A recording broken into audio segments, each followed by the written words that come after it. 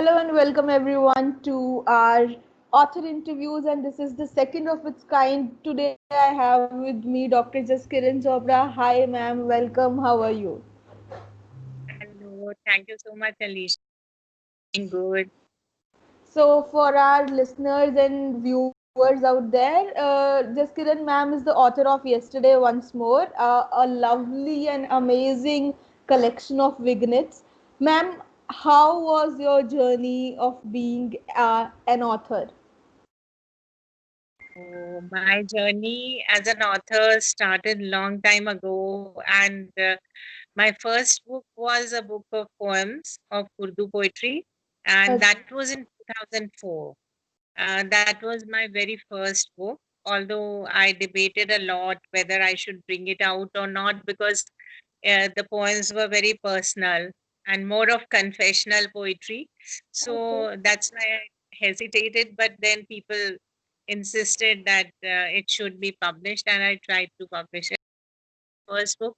And since 2004, now Yesterday Once More is my seventh book. Oh my god, okay, that's beautiful. You- Okay, tell us more about it. I know all about it because I have had the pleasure of reading it. But from your mouth, tell us uh, how will you describe yesterday once more to our viewers? Yesterday Once More is a very special book for me because it takes me back to my childhood, to my college times. Later on, when I was working as a journalist, as a young journalist in Dehradun, when I came here as a journalist from Delhi. So, it kind of records the passage of time and tries to gather all the memories associated mostly with Dehradun and Mussoorie, but also also associated with Delhi to some extent, because I did spend my college days uh, in Delhi at St. Stephen's College, and there is a story about the college also in the book. And I came back to Dehradun as a journalist, and my early struggle here, trying to communicate with the head office. So there are many memories in Yesterday Once More, and they have it's completely personal.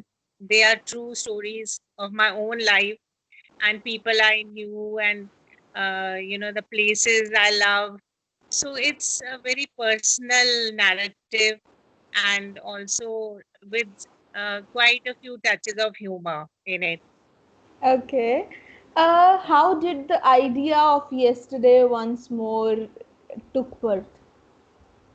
Yes, the idea was because I always believed that nostalgia is a very precious emotion, and one should value it a lot. I always grew up because my parents always used to keep talking about their you know past days, and they used to remember many people whom they were friendly with and now lost touch with and all those things. So I realized, yes, I also started thinking like that you should not forget very easily your past. So you Yeah. want to kind of capture it in put it down on paper so that it stays with you, and that's your way of paying a tribute to the past and acknowledging its importance in your life. So that's why I kind of always write nostalgic stories, and most of which are actually personal, that have actually Yeah. taken place. So that is my genre, you can say. Yeah, how is the interweaving of past and present in your narratives, especially given that we are in a state of lockdown right now? Yes, yes.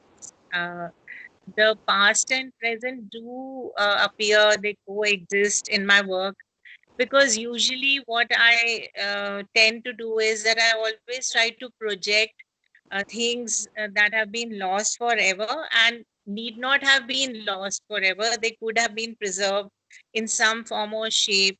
especially a town like Dehradun, which was a little sleepy town in the foothills of the Himalayas. That's what it was known as all this while, before it was made a capital, an interim capital of Uttarakhand when the state was created. So the changes began right from there, and some of the changes were totally uncalled for.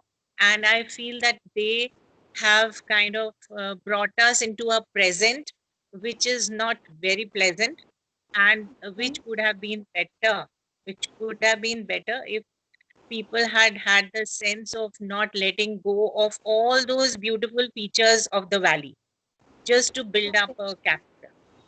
Okay. That's what it's mainly, a regret. It's a kind of a lament for a lost little town.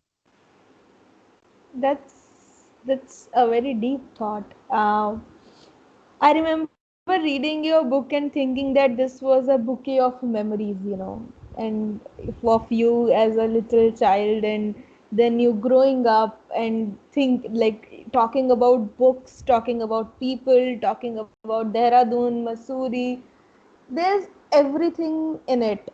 What should a reader expect uh, to from your book, to get from your book?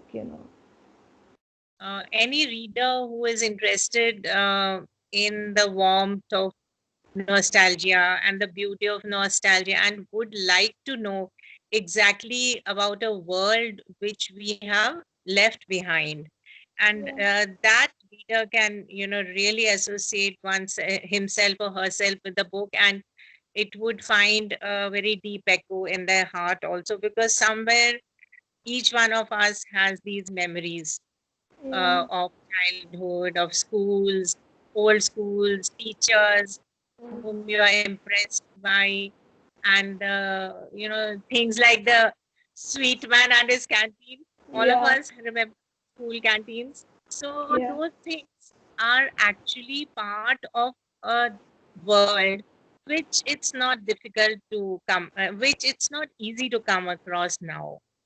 So to go back into a world which was so much more comfortable and cozy. I think it's a very beautiful experience to do that. There's a certain comfort of past in your work that, it's like a quilt, it's like a warm quilt on cold winter evenings. I remember reading the stories and feeling that warmth, feeling that happiness, feeling of those days. It's lovely that you could write it out, but how difficult was it to? Because I writers as a person are like sponges. They give out what is going on inside of them. And was it very difficult to write down those things that are so close to your heart? It was not very difficult in one sense that, all these things just pour out of my heart on paper very easily and spontaneously. The difficult part is that when you feel those memories, and then your heart aches. And that's the difficult part, not the writing part, but Okay. you kind of, it's a catharsis in a way, but the catharsis is painful also. Yeah, I'm You sure it long must for be. it to come back. You long for those things to come back to your life. Okay. A very derailing from the topic, but a very general question. How has lockdown or corona, the pandemic, treated you personally or as you as a writer? Yes, it is a very unprecedented situation. Nobody ever dreamt that they would be, facing such days. Days I have been able to focus a lot on my work, on my writing, on thinking about new things to write. But definitely there is a shadow lurking, which is not very pleasant, and that makes you a little sad and upset. But at the same time, one does get an opportunity to write a little more. And Yeah. yesterday, once more, is also a part of the lockdown. I mean, the final shape that it took was during the lockdown. Okay. Uh, Now that I have so much insight into what went to the book, my final question to you is, how is it to see your book as a final product? How does it feel like? How does that feel like? Oh, it feels really nice because the photographs accompanying it, and one has kind of, categorized the stories into sections, and so they have a kind of common theme. Every section has a close knit feel about it. And the best part is that it is going to go out to readers very soon, and people, like-minded Yes. people, will appreciate it as you do, and people who look for a little bit of the past will Yeah. always be able to enjoy it. And some people who are new readers, who have actually who are youngsters, and they have never ever thought of such a world, Yeah. that it ever existed, and not too long ago. I'm talking about things which were perhaps 15 years ago, also, some of them. Yeah. So they were still around, but gradually they are vanishing. So it is a vanishing world of which I have spoken in the book. So before it vanished completely, I wanted to kind of just gather it all and put it in the book. Okay. So, thank you, Jaskiran ma'am, for coming and talking about what I am sure will be one of the best-selling books very soon. I really wish you all the luck and all the best for your future. Thank you so much, Alicia. Thank you very much. It was a great pleasure talking to you. All the Thank, best to you also. Thank you. thank you, ma'am.